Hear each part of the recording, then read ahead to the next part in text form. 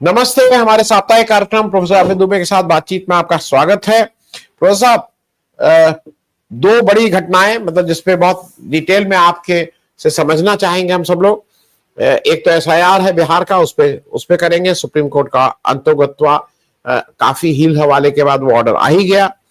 और दूसरा, कल 15 अगस्त के दिन एक मोदी जी ने 103 मिनट का एक लंबा भाषण दिया। उसमें उन्होंने रिकॉर्ड बनाया इतना लंबा भाषण देने का। बात बहुत कुछ समझ में नहीं आई। दो चीजें मैं एक साथ इसलिए कर दूं कि मोदी जी ने कल आरएसएस की बड़ी भूरी भूरी प्रशंसा की और उन्होंने बताया कि इस देश की आजादी तो उनके हिसाब से आरएसएस की वजह से मिली। और एक और कल एक अजीब सी चीज हुई जो मुझे थोड़ा इसलिए लगा, व्यक्तिगत रूप से मैं उसका प्रोटेस्ट के रूप में उसको करूंगा। मैं चाहूंगा, मैं अभी जब इस शो में उसका पोस्टर भी लगाऊंगा।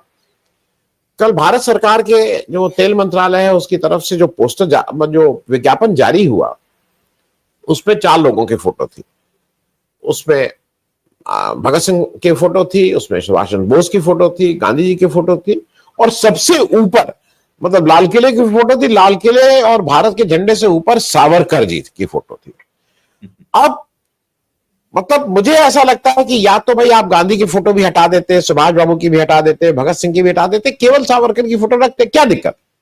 सावरकर ही सावरकर है भाई। देश, हम भी बोले सावरकर, तुम भी बोलो सावरकर, भारत बोले सावरकर, कुछ इस तरह का नारा भी लगवा देते। लेकिन अगर गांधी के सामने आप ये काम कर रहे हैं तो मुझे लग रहा है ये आपकी उस विकृत मानसिकता को, मैं I am using a hard word, Gandhi के साथ अगर आप ये हरकत कर रहे हैं तो आप एक खराब मानसिकता वाले मुझे नजर आ रहे हैं। तो मैं दोनों चीजें, आरएसएस का योगदान, आरएसएस के बारे में एकदम से मोदी जी का प्रेम, और ये जो पोस्टर लगा बनाया जिसमें सावरकर जी को कहां दिखाया गया, इन सब चीजों पे एक टोटलिटी में एक टिप्पणी। अबे भाई, देखिए, ये पोस्टर देख के तो मुझे भी हैरत हुई। आपने पोस्टर दिखाया, इससे पहले मेरी निगाह इसके ऊपर नहीं पड़ी थी। इन लोगों ने तो कमाल ही कर दिया। गांधी और सावरकर के बीच में पूरी तरीके से 36 का आंकड़ा था। दोनों ही एक दूसरे को सख्ती के साथ नापसंद करते थे। और जहां तक भगत सिंह और सुभाष बोस का सवाल है, उनका तो सावरकर से कोई ताल्लुक, किसी भी किस्म का ताल्लुक नहीं था। मैं ये मानता हूं कि सावरकर की एक विचारधारा थी, उनका एक खास तरह का राजनीतिक कैरियर था, जिसका अध्ययन किया जाना चाहिए और जिसके ऊपर तथ्यात्मक ईमानदारी के साथ में विचार किया जाना चाहिए। लोग करते भी हैं उस तरीके से। लेकिन भारत की आजादी का श्रेय भगत सिंह, सुभाष चंद्र बोस और महात्मा गांधी के साथ साथ में सावरकर को दिया जाए, इसकी कोई तुक नहीं है। सावरकर की जो धारा थी वो इन लोगों से बहुत ज्यादा अलग थी। इतनी ज्यादा अलग थी कि वो इन लोगों की आलोचना और निंदा पर आधारित थी। सावरकर की पूरी धारा। गांधी जी अहिंसा प्रेमी थे और सावरकर बाकायदा सैद्धांतिक रूप से हिंसा प्रेमी थे। उन्होंने जो नाटक लिखे हैं सावरकर ने, सावरकर साहित्यकार भी थे, उन्होंने कुछ नाटक भी लिखे हैं। उन नाटकों का सोशल समाज वैज्ञानिकों ने विश्लेषण किया है। उन नाटकों में सावरकर ने यह साबित किया है कि भारत की उनकी निगाह में जो दुर्गति हुई है, वो दुर्गति बुद्ध धर्म के कारण हुई है, क्योंकि बुद्ध धर्म ने अहिंसा को, भारत की अहिंसा के सवाल भारत की धरती पर उठाया और सारे समाज को अहिंसक बनाने की कोशिश की। वो मानते हैं कि जब तक हिंसक नहीं, जब तक हिंसा और तलवार का सहारा नहीं लिया जाएगा, तब तक कुछ नहीं हो सकता। अब गांधी जी से इनका क्या संबंध हो सकता है? कोई सवाल ही पैदा नहीं होता है इनका अलग रखने का। ये बहुत ही शर्मनाक है। और अगर राष्ट्रीय स्वयंसेवक संघ को और नरेंद्र मोदी की सरकार को सावरकर इतने प्रिय हैं, तो मैं ये जानना चाहता हूं कि उन्हें आज तक भारत रत्न क्यों नहीं दिया गया। सावरकर ये मानते थे कि गांधी का कोई युग ही नहीं हुआ। इसका मैं व्यक्तिगत गवाह हूं। मेरे पिताजी ने एक पुस्तक लिखी थी 1937-38 में। उस किताब का शीर्षक था गांधी युग का अंत। क्यों? क्योंकि वो सुभाष बाबू के साथ काम कर रहे थे। तो उन्होंने एक पुस्तक लिखी थी, गांधी युग का अंत। मेरे पास है वो पुस्तक अभी, और अगर आप archive.org पे जाएं तो वो पुस्तक का पीडीएफ भी आपको मिल जाएगा। मैं आपको बताता हूं, जो पहले मेरे पिता के दिमाग में आया, श्री देवी दयाल दुबे के मन में आया कि क्योंकि ये गांधी युग का अंत की, हम गांधी जी की आलोचना इसमें पेश कर रहे हैं। खुद को वो गांधीवादी कहते थे, ऐसी बात नहीं, हमारे पिताजी खुद को गांधीवादी कहते थे और कोई गांधी के खिलाफ एक भी शब्द उनके सामने कहते तो नाराज हो जाते थे। बाद में वो कांग्रेस छोड़ के डॉक्टर लोहिया के साथ चले गए आजादी की बाद में। उन्होंने इटावा से 1952 में सोशलिस्ट पार्टी के टिकट पर संसद का चुनाव लड़ा।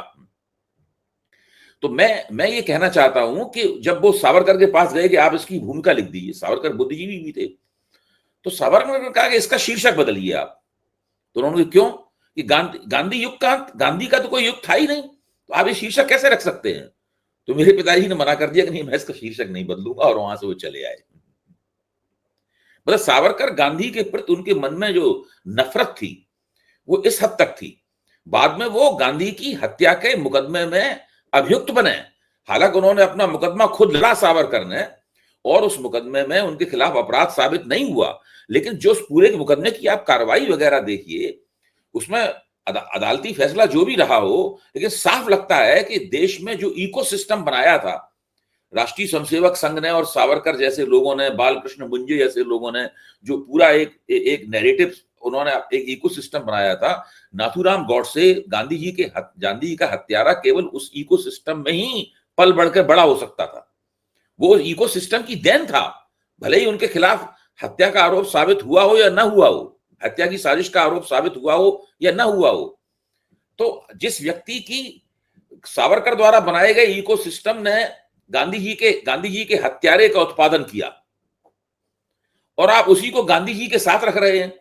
और आप मजाल देखिए कि आप गांधी जी के ऊपर उसकी तस्वीर छाप रहे हैं, सुभाष बोस के ऊपर तस्वीर छाप रहे हैं, अमर शहीद भगत सिंह के ऊपर, सरदार भगत सिंह के ऊपर उसकी तस्वीर छाप रहे हैं। ये लोग बहुत ही शर्मनाक किस्म के लोग हैं, और उनकी जितनी निंदा की जाए उतनी कम है। ये पोस्टर भारतीय लोकतंत्र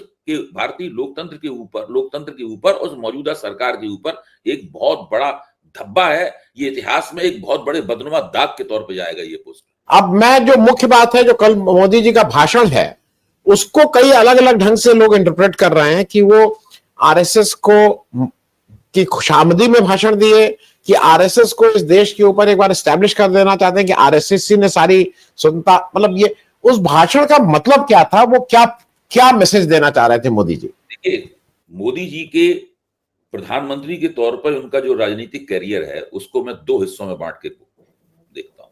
राष्ट्रीय स्वयंसेवक संघ के संदर्भ में मैं कह रहा हूं।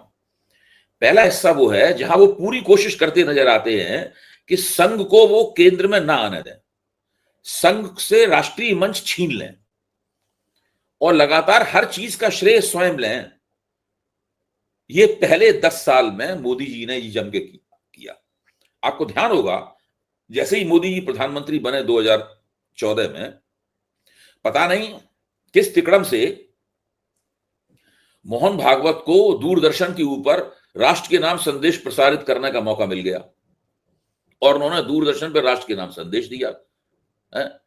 जैसे ही मोदी जी को इस बात का पता लगा कि मोदी जी ने कहा कि अब जो हो गया सो हो गया, अगली बार से ये नहीं होगा, और उन्होंने दूरदर्शन से जो प्रसारित करने की सब उन्होंने मोदी जी ने बंद कर दिया। फिर मोहन भागवत ने कहा कि भाई सरकार और संघ के साथ में एक अच्छा समन्वय होना चाहिए, तो मोदी जी ने कहा नहीं, सरकार और संघ के साथ में कोई समन्वय नहीं होगा, आप बीजेपी के साथ समन्वय कीजिए, जितना समन्वय आपको बढ़ाना है सारा बीजेपी के साथ कीजिए, सरकार में कोई समन्वय नहीं होगा। अटल बिहारी वाजपेयी के जमाने में जो आरएसएस के जो पॉइंट मैन विभिन्न मंत्रालयों में नियुक्त थे ओएसडी के तौर पर, मतलब जो है, मोदी जी के जमाने में उनकी संख्या घटा के न्यूनतम कर दी गई। फिर जब 2014 से जो उनका कार्यकाल शुरू हुआ था, जब 2019 में खत्म होने वाला था, तो राष्ट्रीय स्वयंसेवक संघ ने मोदी जी के ऊपर दबाव डाला कि आप अदालत संसद में कानून बना के राम मंदिर का रास्ता साफ कीजिए। मोदी जी ने उसको साफ इनकार कर दिया। आरएसएस ने, बहुत आरएसएस समर्थकों ने मोदी जी की बड़ी आलोचना की टीवी वगैरह पे, लेकिन मोदी जी ने साफ इनकार कर दिया कि मैं बिल्कुल नहीं आपकी बात मानता। तो वो ये पूरा कार्यकाल जो है वो राष्ट्रीय स्वयंसेवक संघ को मोदी जी लगातार कोने में धकेल रहे हैं, कह रहे हैं कि सरकार मेरी वजह से बनी, मैं सरकार चला रहा हूं, सारा श्रेय मुझे मिलना चाहिए, चुनाव मैं जिताता हूं, वोट मैं लाता हूं, संघ की इसमें कोई भूमिका नहीं है, स्वयंसेवकों का काम है काम करना हमारे लिए, वो काम करें। एक केवल मोदी जी ने रियायत दी कि आपको शिक्षा व्यवस्था पूरी उनके हाथ में सौंप दी, बस इसके अलावा मोदी जी ने कोई रियायत नहीं दी उनको। लेकिन जैसे संघ ने इस बात को समझा और संघ ने इनके साथ 2024 के चुनाव में असहयोग किया। उत्तर प्रदेश में विशेष रूप से नियोजित असहयोग हुआ इन्होंने, और इनको मोदी जी के खिलाफ एंटी इनकम्बेंसी थी, लेकिन संघ ने उस एंटी इनकम्बेंसी को बंद करने के लिए जो मेहनत करनी चाहिए थी वो मेहनत संघ ने नहीं की और मोदी जी बहुमत खो बैठे। अच्छा, अब ये संघ का नाम लेने के लिए इसलिए मजबूर हैं क्योंकि उन्हें लग रहा है मोदी जी को कि उनके हाथ से सत्ता जा सकती है और वो चाहते हैं कि अधिकतम समय तक प्रधानमंत्री की कुर्सी पे बैठे रहें, और अगर हटें भी तो इनकी मर्जी का रिटायरमेंट पैकेज इनको प्राप्त हो। क्योंकि मोदी जी एक बात से बहुत डरते हैं, वो जानते हैं कि जिस दिन वो सत्ताच्युत हुए, यानी उनके पास से इम्यूनिटी चली गई, उस दिन मोदी जी के ऊपर अमेरिका से लेकर भारत तक इतने मुकदमे होंगे जिनका सारा जीवन मुकदमे लड़ते हुए और जेल जाने से बचते हुए गुजर जाएगा, बचा हुआ। बहुत इतने मुद्दे हैं, मेरे पास एक पूरी लिस्ट है कि इन मुद्दों पे इनके खिलाफ जरूर मुकदमे होंगे। लोग व्यक्तिगत रूप से मुकदमे करेंगे, संस्थाएं इनके ऊपर मुकदमे करेंगी, और तब फिर जो भारत में नई सरकार बनेगी वो भी इनको खींचेगी अदालत में। देखिए, भारत में बीजेपी के और तमाम मंत्रियों को क्षमा किया जा सकता है, उनको लोग भूल भाल जाएंगे, क्योंकि दरअसल उनके हाथ में कोई अधिकार होता ही नहीं है। सारे अधिकार मोदी के पास में और अमित शाह के पास में है। मोदी जी को क्षमा नहीं किया जाएगा, मोदी जी के ऊपर तो तमाम मुकदमे होंगे। इसीलिए चाहते हैं कि जैसे ही प्रधानमंत्री की कुर्सी से हटें तो उन्हें उचका के राष्ट्रपति की कुर्सी बैठा दिया जाए, ताकि अनंत काल तक इनके पास इम्यूनिटी प्राप्त रहे। फिर भारत के पूर्व राष्ट्रपति के ऊपर कौन मुकदमा करेगा? भारत का एक जो 15 साल तक प्रधानमंत्री रहा और फिर पूर्व राष्ट्रपति बन गया, उसके ऊपर कौन मुकदमा करेगा? तो ये सारी तिकड़म, बहुत डरे हुए हैं मन के अंदर से, किसी तरह सत्ता हाथ से न निकल जाए। इसलिए वो व्यक्ति जिसने मोहन भागवत से दूरदर्शन का मन छीन लिया था, वो व्यक्ति अब राष्ट्रीय स्वयंसेवक संघ की वीरदावली गा रहा है, और झूठी वीरदावली गा रहा है। राष्ट्रीय स्वयंसेवक संघ का आजादी के आंदोलन में कोई योगदान नहीं था। जितने भी योगदान की बातें कही जाती हैं केवल स्वयंसेवक लोग ही कहते हैं, और वो ऐसे संदिग्ध किस्म के सबूत देते हैं जिन पर कोई इतिहासकार विश्वास नहीं करता। जैसे अचानक कोई कहेगा आपसे, वो उस जमाने की हिंदुस्तान टाइम्स में एक छोटी सी खबर छपी थी, उसको देखिए, वो दिल्ली की झुग्गी झोपड़ियों में संघ का शिविर लगा हुआ था, वहां सरदार पटेल ने आकर तारीफ कर दी थी। अब कोई इसका प्रमाण नहीं है, केवल संघ के लोग ही कहते हैं सरदार पटेल के नाम से एक पैराग्राफ बना लाएंगे। सारा का सारा झूठ है। पूरी कोशिश यह है कि जो राष्ट्रीय आंदोलन की ये विरासत थी, उस विरासत को कैसे हड़पा जाए। इसके हड़पने की शुरुआत हुई थी पहले तो हड़पने की कोशिश भी नहीं करते थे 1974 से, जब बाला साहब देवरस ने सरसंघचालक के तौर पर पूना की वसंत व्याख्यान माला में इन लोगों को ये तकनीक बताई कि हमारी जो आलोचना लोग करते थे उनकी आलोचना को भुला दीजिए। गांधी, अंबेडकर, आगरकर और ये सब बड़े बड़े समाज सुधारक वगैरह थे। इन समाज सुधारकों की बातों को, इन समाज सुधारकों को हिंदू चिंतक के तौर पर चिन्हित कीजिए और इन्हें अपने प्रातः स्मरण में शामिल कर लीजिए इनके नाम। उस व्याख्यान के बाद से राष्ट्रीय स्वयंसेवक संघ ने धीरे धीरे पूरे राष्ट्रीय आंदोलन की विरासत को कैसे हड़पा जाए इसकी कोशिश की, और उसको हड़पने में सबसे पहले शिकार बने उनके वल्लभ भाई पटेल, क्योंकि नेहरू के मुकाबले उनको कोई खड़ा करने के लिए एक आदमी चाहिए था, इसलिए पटेल को उन्होंने खड़ा करना शुरू किया। ये बात अलग है कि पटेल ने गोलवलकर और श्यामा प्रसाद मुखर्जी को जो पत्र लिखे हैं, अगर उन पत्रों को ही पढ़ दिया जाए तो उन पत्रों में तो राष्ट्रीय स्वयंसेवक संघ की छवि एक दुष्ट संगठन के तौर पर उभरती है, एक राष्ट्र विरोधी संगठन के तौर पर उभरती है। पटेल ने दबाव डाला और गोलवलकर ने उनको एक अंडरटेकिंग दी। उस अंडरटेकिंग में यह थी कि हम संविधान और तिरंगे झंडे के प्रति वफादार रहेंगे। ये लिख के दिया गोलवलकर ने दस्तखत करके। ये सारी चीजें रिकॉर्ड पे हैं। कल एक टीवी चैनल पे सुनाई भी नहीं, उसके उनको वो जो आरएसएस के लोग वहां बैठे थे, चीजों का खंडन नहीं कर पाए। अच्छा, क्यों पटेल ने इनसे क्यों ली थी अंडरटेकिंग? ये क्योंकि पटेल को पता था कि ये संविधान विरोधी हैं और तिरंगा विरोधी हैं। 53 साल तक राष्ट्रीय स्वयंसेवक संघ के दफ्तर में तिरंगा नहीं फहराया गया। इसीलिए मैं कह रहा हूं कि 74 से पहले, मैं थोड़ा सा हल्की भाषा में ये भी कहता हूं कि 1947 तो भूल जाइए, 47 के फिगर को उल्टा कर दीजिए।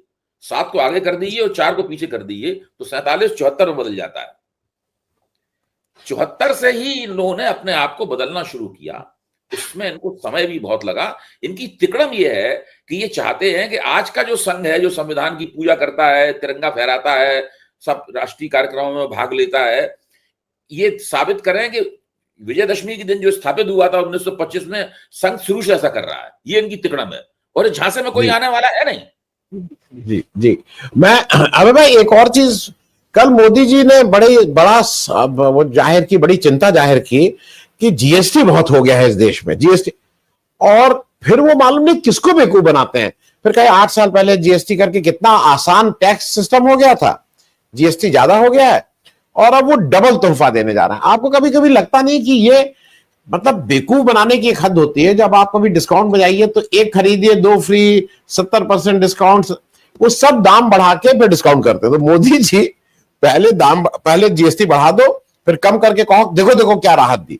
ये, और इसके साथ में दूसरी बात भी इसलिए कर लूं, मोदी जी ने कल इस जीएसटी के संदर्भ में एक बात और कही कि साहब रोजगार बिल्कुल नष्ट हो चुका है और अब एमएसएमई को मैं ऐसा वो दूंगा। जो मेरी समझ है अबे भाई, एमएसएमई को मोदी जी ने जीएसटी लगा के जमींदोजी नहीं किया, अंदर करके उसको सीमेंट लगा के कंक्रीट करके ऐसा कर दिया कि वो अब बाहर निकल ही नहीं पाएगा। इस देश का एमएसएमई इनके चलते तो अब मुझे नहीं लगता कि अगले 4-6 साल में कुछ होगा। तो दोनों चीजें, जीएसटी टैक्स जो कह रहे हैं कि हम अब डबल आप लोगों को फायदा देंगे दिवाली में, और ये जो बेरोजगारी दूर करने का मंत्र हो एमएसएमई के रास्ते से बता रहे हैं। दोनों चीजें राहुल गांधी लगातार कहते रहे हैं, इन दोनों चीजों पे उनका वो रहा है। अभय जी देखिए, मैं सब चीजों को मिला के बोलता हूं। इन्होंने एक और बात कही है जो मैं जोड़ देता हूं उसे। उन्होंने कहा है कि ये भारत को सुदर्शन चक्र प्रदान करेंगे। जी जी जी। मतलब भारत को एयर डिफेंस सिस्टम सुदर्शन चक्र नाम दे दिया उन्होंने उसका, है वो प्रदान करेंगे। मैं तो समझता हूं कि मोदी ने प्रधानमंत्री बनते ही अपने लिए भारत को एयर डिफेंस सिस्टम तो नहीं दिया, लेकिन अपने लिए सुदर्शन चक्र उन्होंने प्राप्त कर दिया था। वो सुदर्शन चक्र ये था कि मीडिया को कैप्चर कर दिया जाए ताकि मीडिया हमसे कोई सवाल ना पूछ पाए। आज भी इनके 15 अगस्त के भाषण पे भी मीडिया उस भूमिका को भक्तिपूर्वक निभा रहा है। किसी भी अखबार ने ये नहीं कहा कि इन्होंने जो 3.5 करोड़ रोजगार देने का जो वायदा किया है, ये वायदा वही है जो पिछले बजट में इन्होंने कहा था, उसी को लपेट कर दोबारा उन्होंने पेश कर दिया है।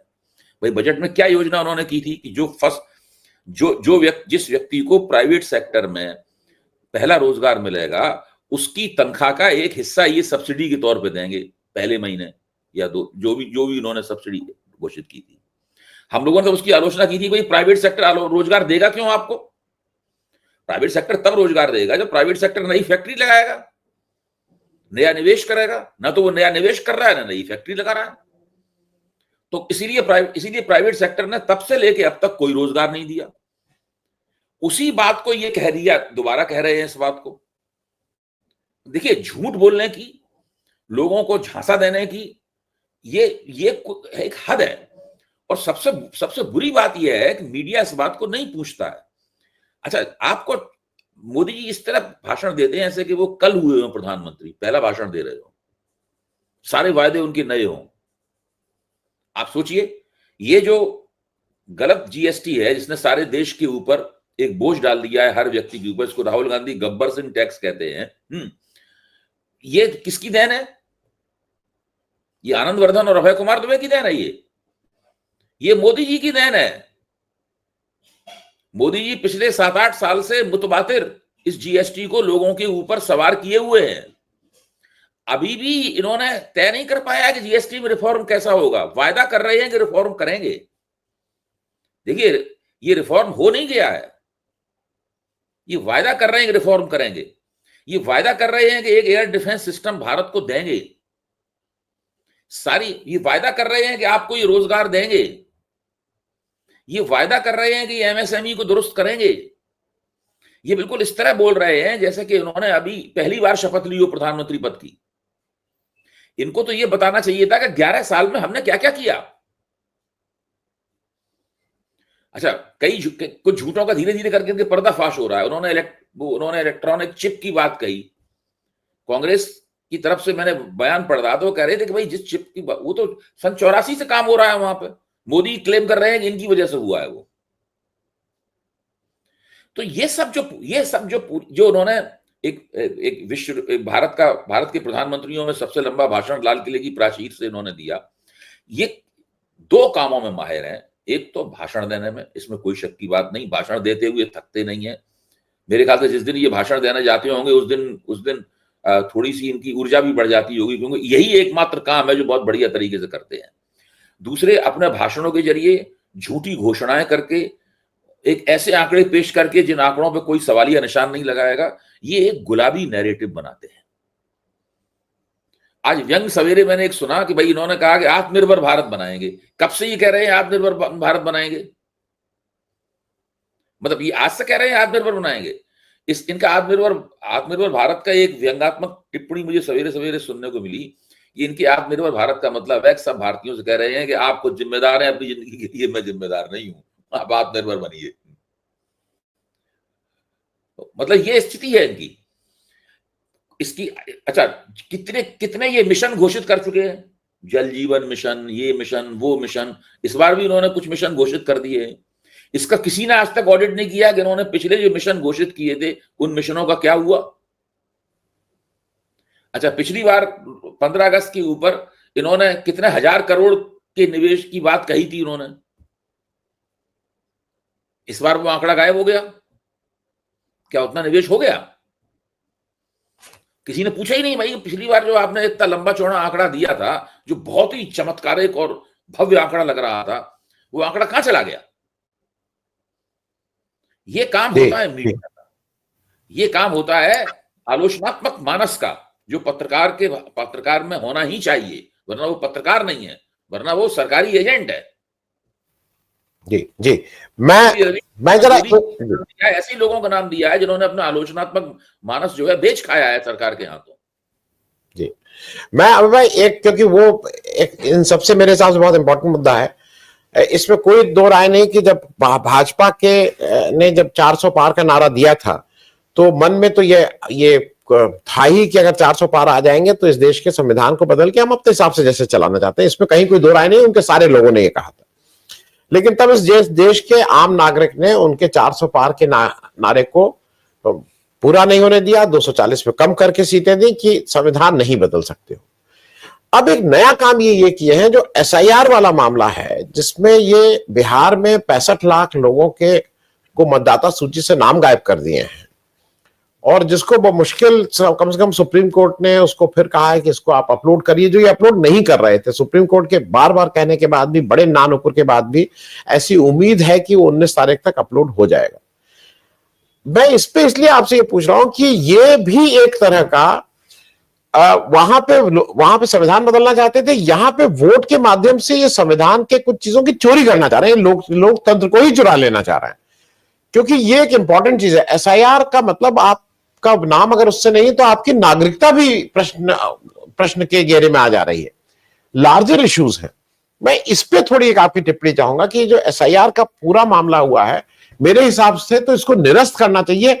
ये 26 सितंबर तक ये सेटल नहीं हो पाएगा, जो एक्सपेक्टेड डेट ऑफ चुनाव जिस दिन घोषणा की है, जो एक्सपेक्टेड डेट है। मैं इस पूरे एसआईआर वाले प्रकरण पे और सुप्रीम कोर्ट के ऑर्डर पे एक टिप्पणी की है, मैं उससे पूरी तरह सहमत हूं।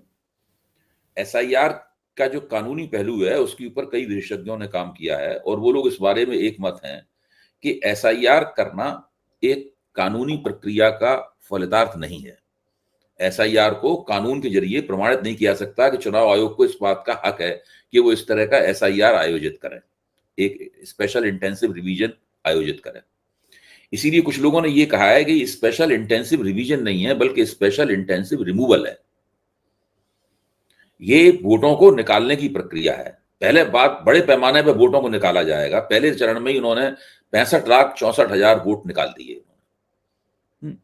अच्छा, दूसरी एक और बात है आनंद जी, इस बात पे गौर कीजिए, जो मैं कहूंगा कि मैं सीपीआई-एमएल के नेता दीपंकर भट्टाचार्य से बात कर रहा था, तो उन्होंने मेरा ध्यान इस ओर दिलाया। मेरा ध्यान इस ओर नहीं था, मैं लगातार कह रहा था कि ये वोटों को काट रहे हैं, वोटों को काट रहे हैं। तो उनका कहना था कि अभय जी, ये वोटों को पहले काट रहे हैं, इसके बाद ये वोटों को जोड़ने का सिलसिला शुरू करेंगे और अपने मनमाने वोटों को उसमें जोड़ेंगे। हमने कि वो कैसे? उन्होंने कि इतने बड़े पैमाने पर वोटों को काट दिया है, बहुत से लोगों के वोटों को गलत काट दिया। जब लोग इसकी अपील करेंगे तो कहेंगे भाई आप फार्म 6 के जरिए फिर से अप्लाई कीजिए। यानी चुनाव आयोग ने वो रास्ता खोल दिया है कि फार्म 6 के जरिए लोग जिनके वोट कटे हैं वो अप्लाई करें। इस पूरी प्रक्रिया में क्या होगा कि बहुत बड़े पैमाने पर भारतीय जनता पार्टी की तरफ से कुछ तो उसके अंदर सच्चे लोग होंगे जिनके वोट कटे हैं, तो वो फार्म 6 के लिए अपने वोट को दोबारा वोटर लिस्ट में डालने के लिए अर्जी देंगे। इसके अलावा भारतीय जनता पार्टी इसके बहाने, इसकी आड़ में भारतीय जनता पार्टी की तरफ से बहुत बड़े पैमाने पर वोट फॉर्म 6 के जरिए वोटों का इंजेक्शन लगाया जाएगा। और वो वोट वही होंगे जिनको महाराष्ट्र में राहुल गांधी ने कहा था कि जहां जहां उन 1 करोड़ लोगों ने जो बढ़ाए थे चुनाव आयोग ने वो वोट दिए, वहां वहां भाजपा जीती। बाकी सब जगह पर भाजपा हार गई, केवल वहीं जीती जहां पर 1 करोड़ लोगों ने वोट दिए थे।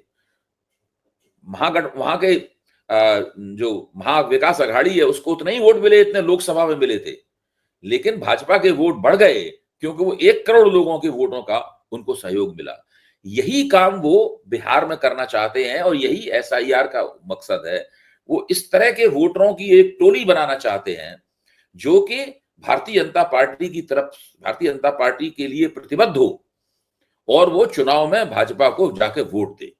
राहुल गांधी ने अपनी ऐतिहासिक प्रेस कॉन्फ्रेंस में 7 अगस्त की जो उन्होंने इंदिरा भवन में की, उसमें उन्होंने ये भी पोल खोली है कि वोटरों का एक विशाल दल है जो पहले एक प्रदेश में वोट करता है, फिर कहीं और जाके वोट करता है, कहीं और जाके वोट करता है। और ये सारे वोट करने की जो उसकी रणनीति होती है, ये बहुत ही चालाकी के साथ तैयार की जाती है। वरना क्यों है कि भाई एक वोटर जो है वो महाराष्ट्र में वोट कर रहा है और वो कर्नाटक में वोट कर रहा है, वो वोटर बनारस में भी वोट कर रहा है नरेंद्र मोदी के निर्वाचन क्षेत्र में। ये सब कैसे होता है मतलब? और ठीक है, ज्ञानेश कुमार के जमाने में ये नहीं हुआ, लेकिन राजीव कुमार के जमाने में तो हुआ ही है।